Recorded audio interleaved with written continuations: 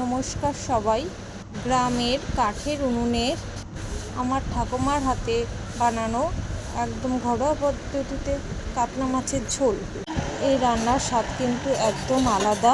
কাঠের উনুনের ধোঁয়ার গন্ধ আর আমার ঠাকুমার হাতের জাদু দিয়ে পুরো জমে যাবে। সেজন্য আমি আগে থেকে একটা মশলা করে নিয়েছি, তোমরা তো দেখতেই পেয়েছো। আমরা নিয়ে নিয়েছি টাটকা কাতলা মাছ, সেটি ভালো করে ধুয়ে লবণ আর হলুদ মাখিয়ে দিয়ে তেলে ভেজে নিয়েছি। তো আগেই দেখে নিয়েছো কাঁচা পেঁয়াজ, লঙ্কা, আদা, রসুন বাটা দিয়ে আমি মিক্সারে বেটে নিয়েছিলাম। এই বাটা মশলা রান্নার স্বাদকে আরও বাড়িয়ে দেয়। তোমরা তো দেখতেই পাচ্ছ। এবার সাদা তেলে আলুটা ভেজে নিলাম আস্তে আস্তে। তোমরা দেখতেই পাচ্ছ। এখন তেলের উপরে হলুদটা দিয়ে দিলাম, আলু আর তেলের সাথে ভালো করে ভেজে নিচ্ছে। আর হলুদটা দিয়ে দিলে এখন আলুর রঙটা খুব সুন্দর হবে, সেজন্য আলুটা সুন্দর করে ভেজে নিচ্ছে।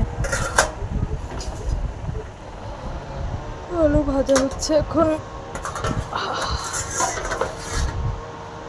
আলুটা ভাজা হয়ে গেলে কড়াইতে সাদা তেল দেওয়া হয়েছে। তেলটা যাতে ভালো করে গরম হয় তার জন্য একটু অপেক্ষা করছি। তেলটা গরম হয়ে গেলে দিয়ে দিলাম গোটা গরম মশলা, গোটা জিরে,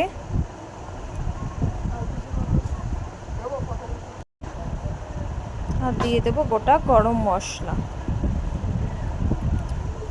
ভালো করে তেলের সাথে গরম মশলাটা ভালো করে তেলের সাথে ভেজে যায়।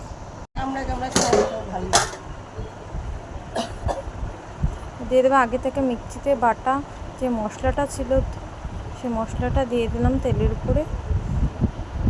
উনুনে ধোয়ার আর মশলার গন্ধে পুরো রান্নাঘরটা ভরে গেল। এবার মশলাটাকে ভালো করে ভেজে নিতে হবে।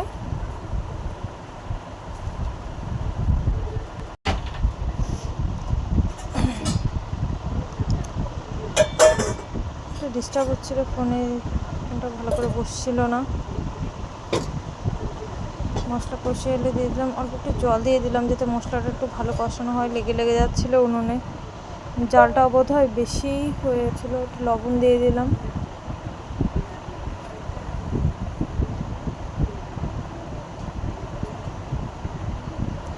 লঙ্কার গুঁড়ো দিলাম স্বাদ মতন, একটু ধনে গুঁড়ো দিলাম, তাতে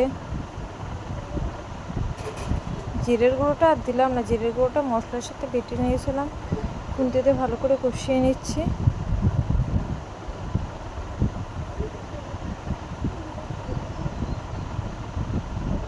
ফোনটা ঠিক করে সেট করতে পারছিলাম না, তাই একটুখানি অসুবিধা হচ্ছিলো, তোমরা একটু মানিয়ে নিও।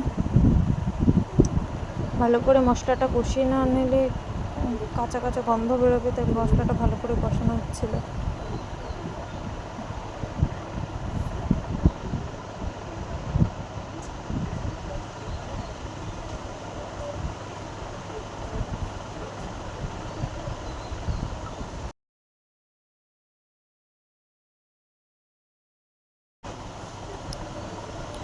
মশলাটা কষানো হলে তারপরে দিয়ে দিলাম আলু।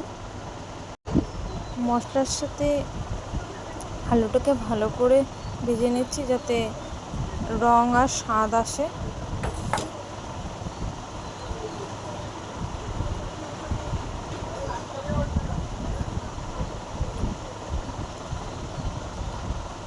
না কষলে তো ভালো রঙও আসবে না।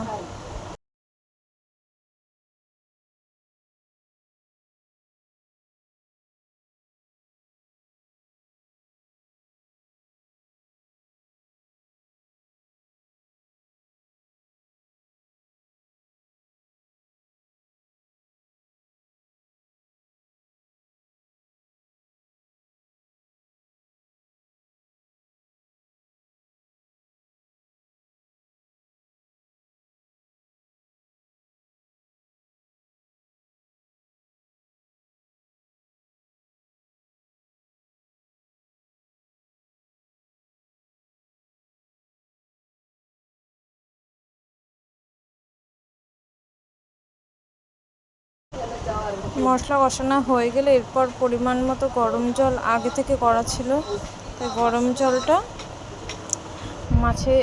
আলুর মধ্যে দিয়ে দিলাম মশলার সাথে। জলটা গরম হয়ে গেলে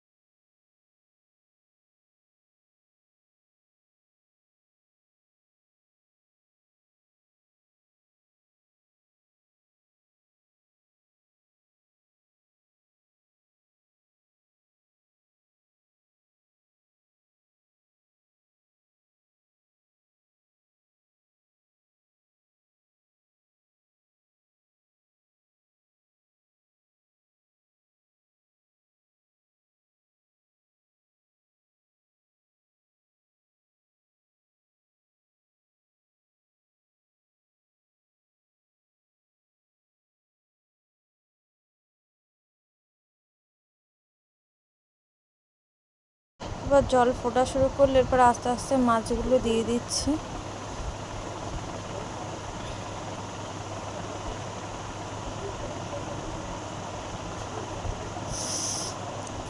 রাতের রান্নাটাও একেবারে করে রেখেছি, যাতে রাতে রান্না করতে না হয়। ঠাম্মা রেখেছি করে অবশ্যই।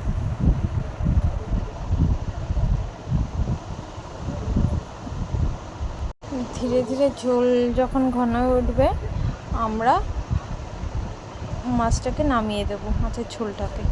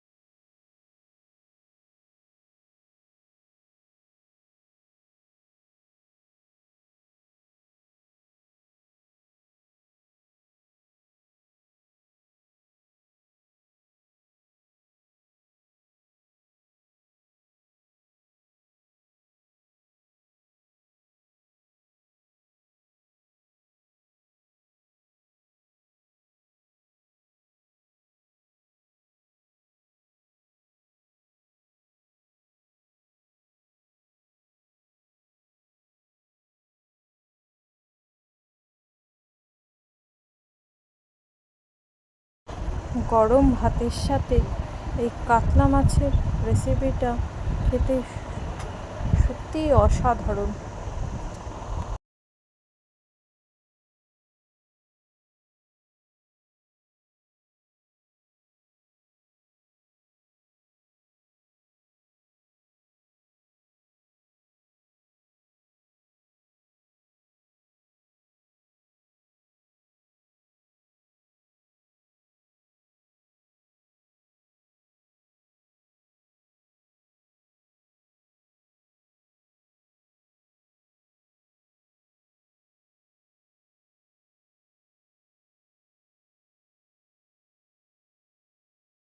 তোমাদের যদি এই ভিডিওটা ভালো লাগে তাহলে লাইক, শেয়ার, কমেন্টস আর সাবস্ক্রাইব করতে কিন্তু ভুলো না। টাটা।